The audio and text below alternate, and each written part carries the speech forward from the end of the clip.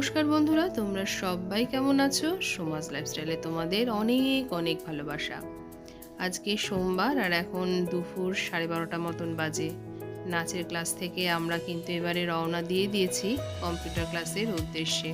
Computer ক্লাসে পৌঁছাতে আমাদের দেরি হলে কি হবে, কম্পিউটার ক্লাসের প্রোগ্রাম কিন্তু আজকে সেই সকাল থেকে, সকালের পুজো থেকে শুরু করে বিভিন্ন রকমের কিন্তু অনুষ্ঠান আজকে সকাল থেকেই হয়ে থাকে।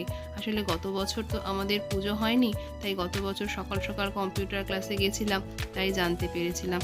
কিন্তু এবছর তো আমাদের বাড়িতে পুজো হয়েছে, ঘরের পুজো শেষ না করে কিন্তু বেরানো সম্ভব হয় না। তো যাই হোক, চলো, অটো পেয়ে গেছি। তবে একটুখানি না জানো তো, দাঁড়াতে হয়েছিল ম্যামের বাড়ি থেকে বেরিয়ে।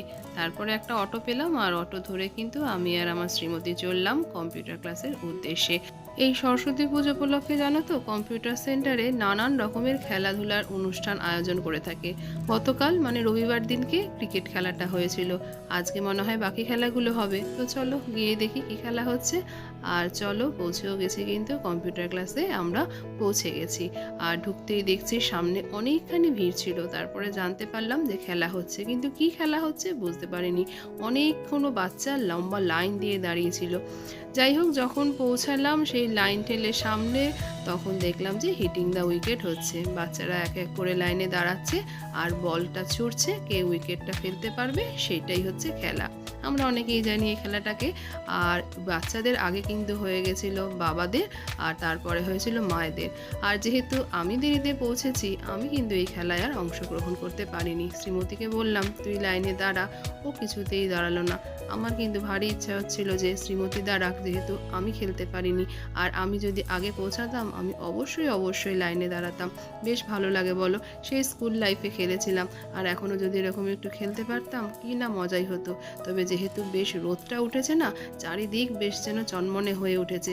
পুজোর আমেজ, এরকম একটা সুন্দর পরিবেশ, সুন্দর ঝাঁ চকচকে ওয়েদার, কার না মনটা ভালো লাগে। আর সত্যিই কিন্তু মনটা ভালো হয়ে গেল। আর এই কম্পিউটার ক্লাসে কিন্তু এসে টুম্পার সঙ্গেও দেখা হয়ে গেল। টুম্পাকে আমরা অনেকেই চিনি, ও এখন আর কোনো ভিডিও টিডিও পোস্ট করে না। ওর চ্যানেলের নাম ছিল জ্যাস ভিডিও। আমরা অনেকেই কিন্তু কম বেশি ওকে চিনেই থাকি।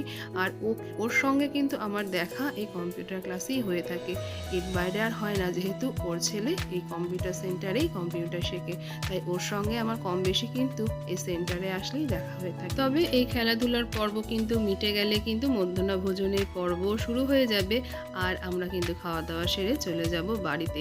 তবে এই সেন্টারে আসলে জানো তো, সরস্বতী পুজোটাকে ভীষণ ভালোভাবে আমরা উপভোগ করতে পারি। শুধু মায়েরা না, বাচ্চারাও কিন্তু এখানে আসলে ভীষণভাবে এনজয় করতে পারে। যে সরস্বতী পুজোর মানেটা কী, সেটা কিন্তু ওরা ভালো করেই বুঝতে পারে। আর যেহেতু সেন্টারে না জায়গাটা একটু কম বা ছোট বলে আমরা অনেকেই না এখানে বসেছিলাম। তারপরে স্যার যখন দেখলেন যে অনেকখানি আর কি ভিড় হয়ে যাচ্ছে, আমাদের কিন্তু এখানে আমরা বসেছিলাম, তাই এখানেই স্যার টেবিল চেয়ার পেতে দিয়েছেন, আমাদের আর উঠতে হয়নি। তবে জায়গাটা যেহেতু ছোট, যারা আমাদের খাবার পরিবেশন করছিল তাদের কিন্তু ভারী কষ্ট হচ্ছিল, তবে মজাও হচ্ছিল। এরকম একটা আলাদা রকমভাবে যে আমরা সবাই মিলে একসঙ্গে গুটিসুটি হয়ে বসে মজা করে যে খাচ্ছিলাম, এটাই বা কম কি। এই আনন্দটাই কিন্তু আমাদের জীবনের সবচেয়ে বড় পাওনা। আয়োজন কিন্তু মন্দ ছিল না। আয়োজনে ছিল ফ্রাইড রাইস, আলুর দম, নবরত্ন, টমেটোর চাটনি, নলেন গুড়ের রসগোল্লা আর পায়েস। ভারী ভালো লাগছিল। এই যে খোলা আকাশের নিচে এই গলিটার মধ্যে বসে কষ্ট করে আনন্দ করে আমরা সবাই মিলে যে একসঙ্গে খাওয়া দাওয়া করছিলাম, এর মজাই কিন্তু আলাদা। তবে উল্টো দিকের এই যে ঘরটা, যা দরজাটা দেখছো, এটা কিন্তু ক্লাসরুম। এখানেও অনেককে বসানো হয়েছে, কিন্তু যেহেতু ওই যে বললাম ঘরটা ছোট, আর এখানে তো স্টুডেন্ট সংখ্যা অনেক বেশি, তাছাড়া গার্জিয়ানরাও আছে, ওই একটা ঘরের ভরসায় থাকলে কিন্তু সম্ভব হবে না। হয়তো সারা দিন থেকে শুরু করে বিকেল পর্যন্ত গড়িয়ে যাবে, তাই এই ব্যবস্থা করা হয়েছে। আর এই যে আমার শ্রীমতীও বসে পড়েছে ওর বন্ধুদের সঙ্গে, আর আমিও বসে পড়েছি বন্ধুর মায়েদের সঙ্গে, মানে আমার বন্ধুদের সঙ্গে। তবে বিকালেও কিন্তু অনুষ্ঠান আছে। বিকালে হবে নানান রকম রঙিন উৎসব বলতে পারো, নাচ গান কবিতা। আর তাছাড়া এই যে সকাল থেকে যে খেলাধুলা হলো, তার থেকে ফার্স্ট সেকেন্ড থার্ড হলো, তাদের পুরস্কার বিতরণ করা হবে। আর তাছাড়া এই সেন্টারে যে পরীক্ষাটা হয়, সেন্টারের যে পরীক্ষাটা হয়, সেই পরীক্ষায় কারা ফার্স্ট সেকেন্ড থার্ড হলো তাদের পুরস্কার বিতরণ করা হবে। তবে এবছর আমার শ্রীমতী কোনো প্লেস পায়নি ঠিকই, তবে খুব একটা বেশি নম্বরের তফাৎ ছিল না। থার্ড হয়েছে ওর যে বন্ধুটি, সে পেয়েছিল 91 আর আমার শ্রীমতী পেয়েছে 89। এই আর কি। যাকে তো কী হয়েছে, কিন্তু এই যে ওরা একসঙ্গে বসে এই যে মিলিতভাবে যে আনন্দটা, এটাই তো সবচেয়ে বড় কথা। আর সত্যি কথা বলতে আমার শ্রীমতী কিন্তু এই কম্পিউটার সেন্টারে এসেই বুঝতে পারে যে সরস্বতী পুজোর মানেটা কী। আসলে আমরা যখন স্কুলে পড়তাম তখন কিন্তু সরস্বতী পুজোর মানেটা আমরা অনেক রকমভাবেই এনজয় করেছি, কিন্তু ওরা কিন্তু সেটা কিছুই বুঝতে পারে না। তবে এই সেন্টারে আসলে কিন্তু সত্যিই বুঝতে পারে যে সরস্বতী পুজোর মানেটা কি, কতটা আনন্দ করা যায় বা কতটা আনন্দ হয় এই সরস্বতী পুজোতে। তো চলো, খাওয়া দাওয়া সেরে তো চলে যাবো এবারে বাড়িতে রেস্ট ফেস্ট নিয়ে এবারে আবার আসবো বিকালবেলা। আর হয়ে গেছে এখন সন্ধে, তবে এখন কিন্তু সন্ধে অনেকখানি, প্রায় 7টার কাছাকাছি। আমি একা চলেছি কম্পিউটার সেন্টারে অনুষ্ঠান দেখতে, আর আমার শ্রীমতী অনেকক্ষণ আগে এসেছে ওর বন্ধুর সঙ্গে। তার কারণ 5টার থেকে ছিল ম্যাজিক শো, আর আমি সেই ম্যাজিক শোটা তোমাদের সঙ্গে শেয়ারই করতে পারিনি।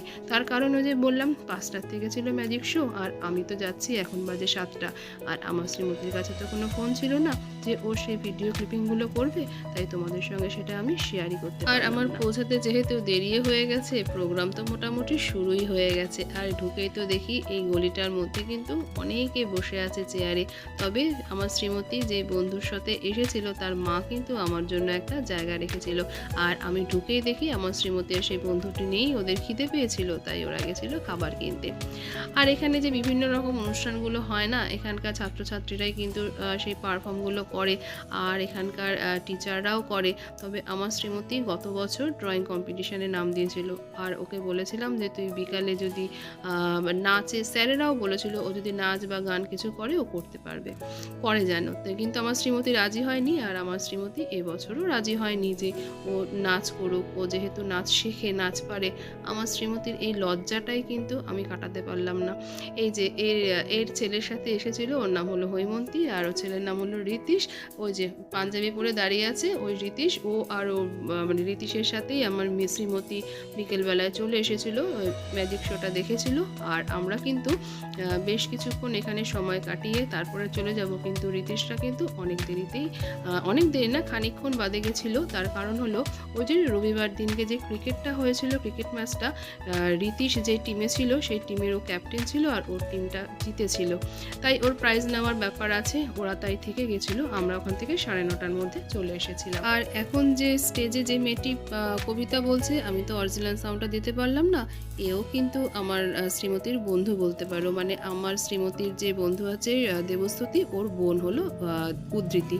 ওই এতক্ষণ কবিতা বলছিল, আর মেয়েটি কিন্তু সুন্দর চমৎকার আবৃত্তি করে। আমি যদি তোমাদের শোনাতে পারতাম ভালো লাগতো। আমি অরিজিনাল ভয়েসটা রেখেছিলাম, জানো তো, এখানে এত হইচই চিৎকার চেঁচামেচি হচ্ছিল যে ওর গলার আওয়াজটাই চাপা পড়ে গেছে, যার জন্য আমাকে বাধ্য হয়ে মিউট করেই দিতে হলো।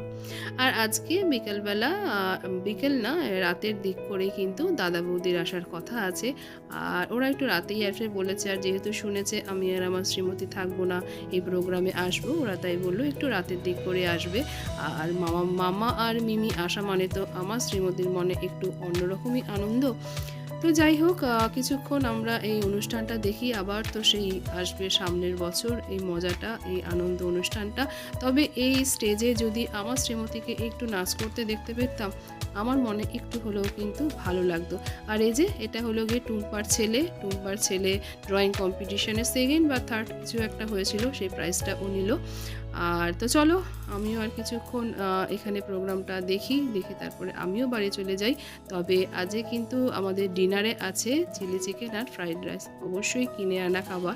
আর দুপুরে তো যেহেতু খিচুড়ি হয়েছিল, বাড়ির সবাই খিচুড়ি আর খাবে না। আমার কর্তামশাই যেহেতু খিচুড়িটা খেতে ভালোবাসে, আমার কর্তামশাই খিচুড়িটা খাবে, আর দাদা বৌদি আর আমার শ্রীমতীর জন্য আনা হয়েছে ফ্রাইড রাইস আর চিলি চিকেন, আর টোবোর জন্য আনা হয়েছে চাউমিন। আর আমি আগে একটু খিচুড়ি খাবো, তারপরে খেয়ে নেবো ফ্রাইড রাইস। আসলে আমার শ্রীমতী তো 1 প্যাকেট ফ্রাইড রাইসটা পুরো খাবে না, ও খাবে কিছুটা আর আমিও খাবো কিছুটা।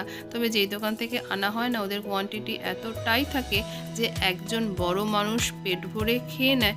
আর একটু যদি মানে আমার শ্রীমতীর মতন বয়স যদি হয়, মানে আমার শ্রীমতীর যা খাওয়ার অবস্থা, 2 হাতা কি 3 হাতা খায়, ওর ওখানে ওই প্যাকেটটায় কিন্তু মোটামুটি 2.5 জন মানুষ খেতে পারবে। তো চলো যাই হোক, এই ছিল তো আজকের আমার সারাদিনের গল্প, সারাদিনের কাহিনী। আর আমিও কিছুক্ষণ সময় এখানে কাটিয়ে তারপরে চলে যাব বাড়ি। আর আমিও ভিডিওটা এখানেই রাখছি। ভিডিওটা তোমাদের কোথাও যদি এতটুকু হলেও ভালো লেগে থাকে তো ভালোবেসে একটা লাইক করে দিও, কমেন্ট করে জানিও ভিডিওটা কেমন লাগলো। তোমরা সবাই ভালো থেকো, সুস্থ থেকো, সাবধানে থেকো। আবার দেখা হবে তোমাদের সঙ্গে অন্য আরেকটি কোনো নতুন ভিডিওর সঙ্গে।